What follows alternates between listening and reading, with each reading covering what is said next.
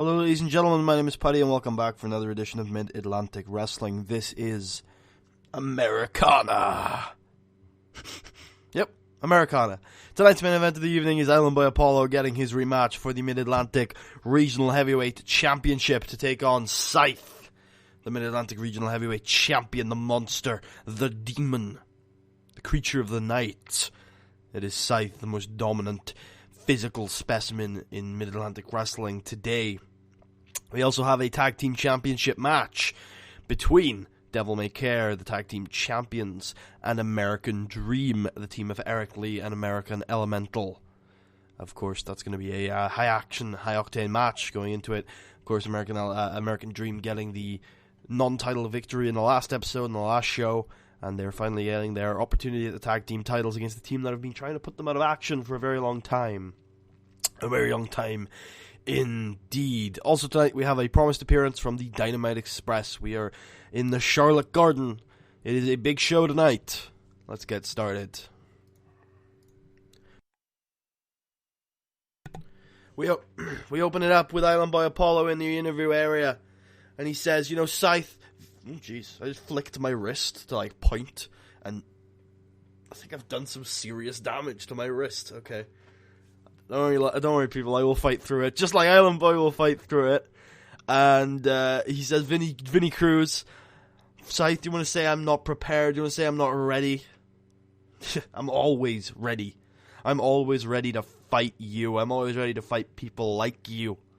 Because people have told me my entire life that some things can't be done. And every single time they have, I've gone out there. I've fought, I've electrified, and I've won.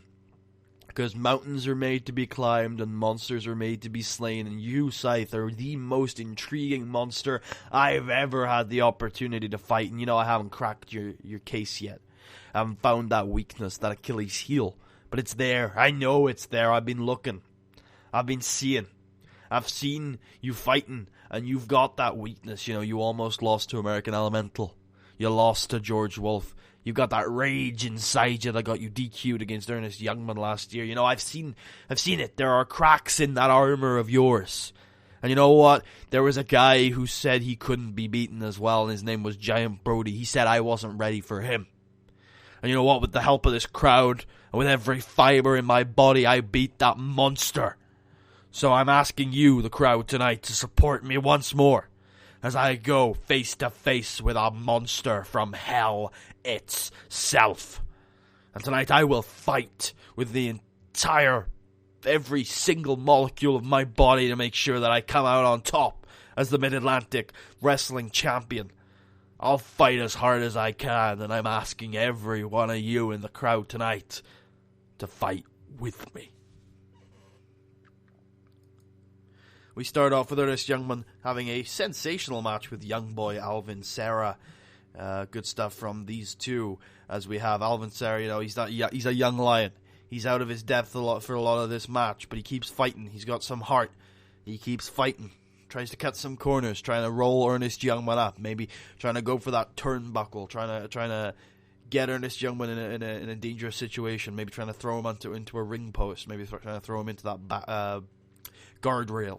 But Ernest Youngman will not be stopped, cannot be stopped. He's the wrestling machine, and he just stays on top. He stays as the pace setter of this match, and he sets that pace, and he works that pace, and he works an Ernest Youngman match, and he adds yet another sensational victory to his resume.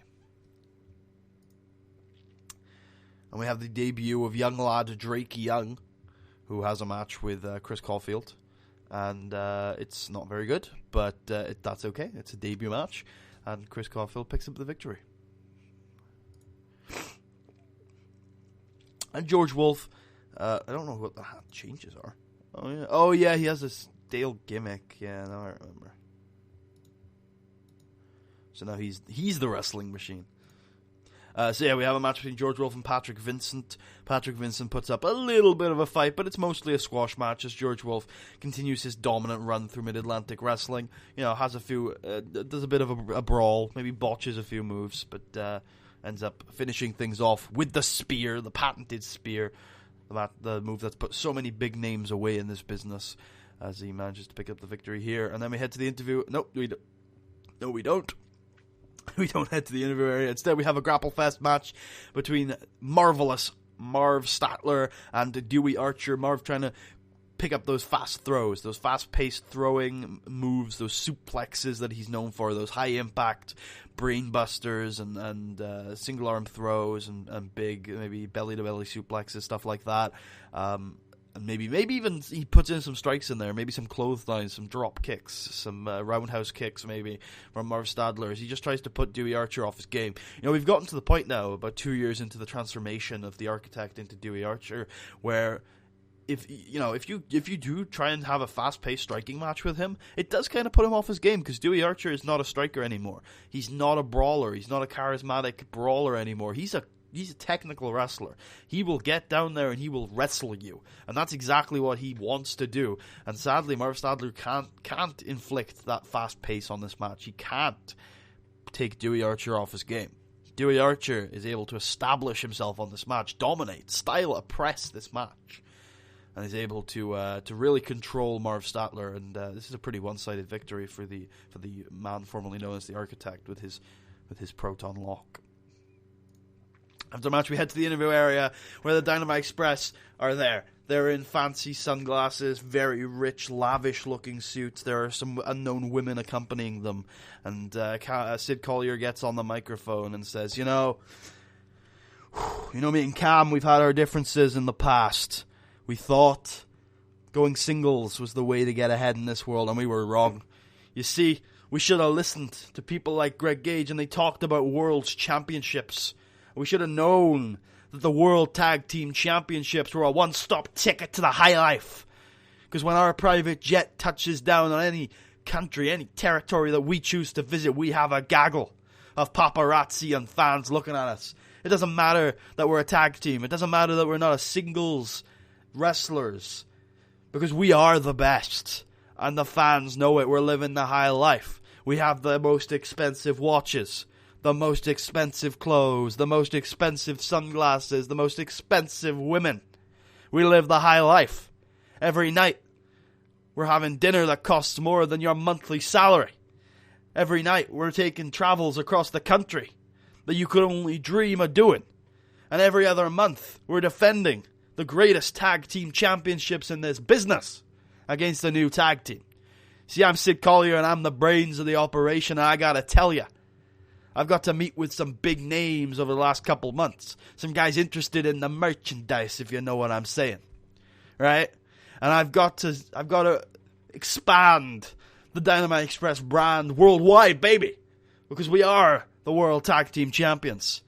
And we will not forget where we came from. We are the greatest tag team in the history of Mid-Atlantic Wrestling. That you can be sure of. But I tell you what, we have grown bigger. And we have grown better than ever before. And you know what? I think as I look at my monster of a partner, I gotta say, we're not just the best tag team in the history of Mid-Atlantic Wrestling, we are the greatest tag team in the history of the world. So you know what? We're back here in Mid-Atlantic Wrestling. We're back here to make a statement. We're going to be entering the Sam Keith Classic once more, and this time we are going to win it. Because we are the greatest tag team in the history of the territories. And the ring generals, they take umbrage to this. They come out and say, you know what, Dynamite Express? We thought our feud was over. We beat you for your Mid-Atlantic regional tag team titles, and we still think we have your number. This is Marv. Marv says, you know what? We're not going to be entering the Sam Keith Classic this year, but we wish you guys the best of luck. But what we do want is a shot at those World Tag Team titles, our World Tag Team titles, the titles we brought to Mid-Atlantic Wrestling for the first time. Let's rekindle the magic, and let's have one more match. And the two teams, they shake hands. And we may be seeing that match next month at Old School Rules. I think it's Old School Rules.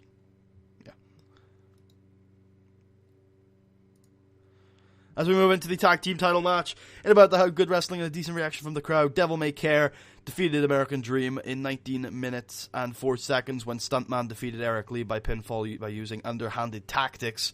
During the match, we also had Kamikaze run in and attack Elemental 2. Devil May Care make defense number 2 of their Mid-Atlantic Tag Team titles. So yeah, American Elemental was distracted by the interference of Kamikaze, which then allowed Devil May Care to pick up the victory while Stuntman cheats to beat Eric Lee. So, you know, American Elemental and Eric Lee, the tag team of American Dream, they have fought over the last year to establish themselves in the tag team ranks. They've had to fight through so many hardships, so many injuries, so many interference-ridden matches in order to get here, to be the number 1 contenders for the Mid-Atlantic Tag Team Championships. And they've done it. They've gotten to this grand stage, the tag team titles on the line, and they're screwed over again. Because Kamikaze interferes, and American Elemental and Kamikaze, they just can't keep their hands off each other. Every time they're in the same place, every time they're on the same stage, they just can't keep their hands off each other. They hate each other. And at the same time, even 2-on-1, they get cheated out of the tag team titles. It must be a really, really hard feeling. This was a high-octane match, an adrenaline rush. You've got the high-flying of both teams. It was an even better match than their non-title match at the last show. And they were just throwing themselves at each other in this really awesome match. The crowd were super into it here at the Charlotte Garden. But in the end, they're cheated. The fans here at Charlotte Garden are cheated out of a decisive finish by the underhanded work of Stuntman and Kamikaze. And at this point, I think it's fair to assume that all 3 men here, Acid, Stuntman, and Kamikaze, are on the same page and working together. I think it's very fair to assume that at this point. Because, you know, Kamikaze, he may hate American Elemental, that may be a part of it. But I think, you know, he's let American Elemental have his matches. He didn't touch him during the Scythe match. So I think there's definitely an agreement here between Devil May Care and Kamikaze. Hell, Kamikaze may even be a part of Devil May Care at this point. You never know. After the match, obviously, Eric Lee is dejected, and American Elemental realizes what's happened. And American Elemental heads to the interview area. Remember, we have never heard American Elemental talk, so everyone's like shocked that we're seeing him to the interview area. And he just gets on the mic and says, "Let's finish this," and walks off. American Elemental, what does he mean? I'm sure we will find out next time.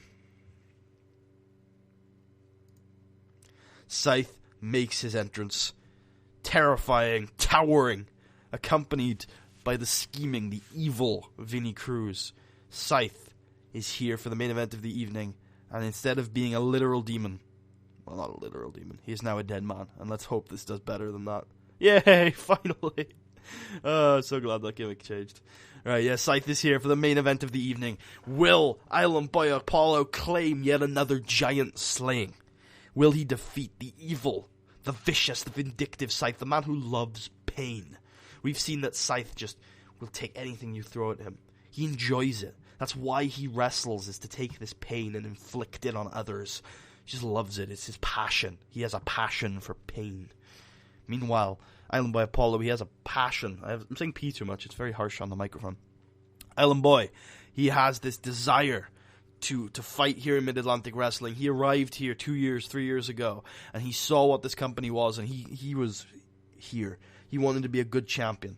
He wanted to be a great champion. He wanted to be one of the best champions in the history of Mid-Atlantic Wrestling, and he's a 2-time Mid-Atlantic Wrestling champion, one of very few men to achieve that honor. And tonight, he could become one of only 2 men to be a 3-time champion, and that, I'm sure, would give him so much pride and so much pleasure, and it would, you know, what matters more is that people keep telling him that he can't do things, and he just loves proving people wrong. And tonight, I wouldn't bet on Island Boy Apollo, I would bet on Scythe, but that probably makes Island Boy that more dangerous. But was he prepared? He's coming off of a defeat.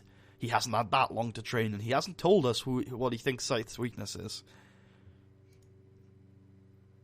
Whoa. In a 76 B-, about that had great wrestling and good heat, Scythe defeated Island Boy Apollo in 11 minutes and 2 seconds by pinfall with an underworld spike. Scythe makes defense number 2 of his Mid-Atlantic Championship. This was shorter than their last bout, and it's quite obvious early on that the Island Boy Apollo really wasn't prepared for this. He they start off, Island Boy is psyched, he's hyped, he's energized, he's electrified by the atmosphere of the people at the Charlotte Garden, and he goes for it. bounces off those ropes. He does the Fred Yehai thing where he bounces off the second rope. He goes down, high angle clothesline. Scythe just takes it and laughs. And the boy says, that's okay, I got this. I have this heart, this passion. Gets up on the top rope and tries a drop kick to the right leg. Scythe just laughs it off, and then just big boot to Island Boy Apollo. Island Boy Apollo gets immediately up. He fires himself up, Puro style, and says, you know what, no, I'm not going to take this lying down. This isn't going to happen again. And just starts forearms, massive forearms to the face of Scythe. And Scythe is just laughing them off. One forearm, Island Boy is down, and at this point he starts to realize that this is going exactly the same as their match at Where It All Begins Again. Island Boy Apollo hasn't improved at all. He hasn't found any weakness of Scythe, and Scythe is starting to really take it to Island Boy Apollo. Chokeslam, 1-2, kick out. A second chokeslam. Island Boy kicks out. He will not stay down. Goes to the corner. Big lariat from Island Boy, but Scythe stays up. He just cannot be taken down. And Island Boy heads to the top rope. Big elbow. Same thing he did against Brody. Scythe stays up. He goes to a second turnbuckle. Elbow off the top rope to a standing Scythe. Scythe still stays up. Goes to a third turnbuckle. This was the thing that took down Brody. Big elbow off the top rope. Scythe still stands, so he's going up to the fourth. And this time Scythe won't take it. Scythe walks up behind Island Boy. Big superplex from Scythe from the top rope. Really takes the wind out of Island Boy Apollo. But he will not stay down. He's using the ropes, and he just pulls himself to his feet. Island Boy Apollo will not be taken down by this monster.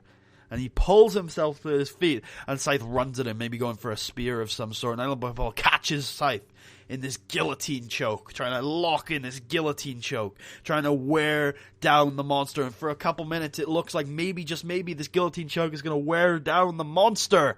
And then Scythe counters it into a vertical suplex, and the tone changes again. And Scythe looks at Vinny Cruz, and Vinny Cruz gives him the thumbs up. Big cutthroat motion, picks up Scythe, chokeslam, picks up Scythe, underworld spike. 1, 2, 3. Island Boy Apollo was not prepared. He should have come in with a better game plan, on a bigger win streak, with better ideas of how he's going to do this. And you know what? I believe in our hero, Island Boy Apollo. I think he's got another Mid-Atlantic title reign in him. But he's got to do better than this. And if he's going to take down if he's going to take out the most dominant Mid-Atlantic wrestling champion in history, he needs a better plan, he needs more momentum, and he needs more time. So, this was definitely a mistake from Island Boy Apollo. But, wheeling back the curtain, this was a really good match. Really excited for this. These aren't even like my absolute... Like, obviously I love both these guys, and I've definitely put a lot of time into making them big deals here. But, like, there are better wrestlers on the roster for sure. And this was all, old school stuff. Like, in terms of how TW ratings are worked, there are different things that lead to it. These two are both, like, pretty average wrestlers. This was an 11-minute match. This was all like popularity and gimmick and momentum, which led to this rating, which is cool. Oh, nice. Oh, I haven't seen this in ages. Wow, I forgot. Yeah, because this is a new feature for 2016, is like catchphrases on the mic and new hope spots and stuff. I remember when the game first came out, I'm pretty sure the frequency of this was really common. But since then, I think they've toned it down a bit, or Adam's toned it down a bit. And that's cool, that's good. It's good that they're rare, because in this match, which was really good, and obviously had the new hope spot, you know, I actually told you guys when I was describing the match that he was going. This was the perfect match for him to debut a new hope spot. So it's cool that it showed up. This is a really cool feature, and his psychology, you know, the kind of wrestler that Island Boy is, boosting that psych up to probably maybe a high B now is going to be really useful for him, and it's also going to fit his character a lot, so I'm very happy to see that. Whew, the best show we've ever run. I hope you guys enjoyed it as much as the game fans seemed to. If you did, please leave a thumbs up, check out the rest of the series, subscribe if you haven't already.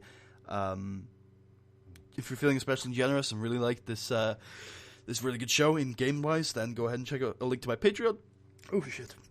Go ahead and check out a link to my Patreon, links in the description. If you want to check out my rambling on the Twitter, so the link to that is also in the description.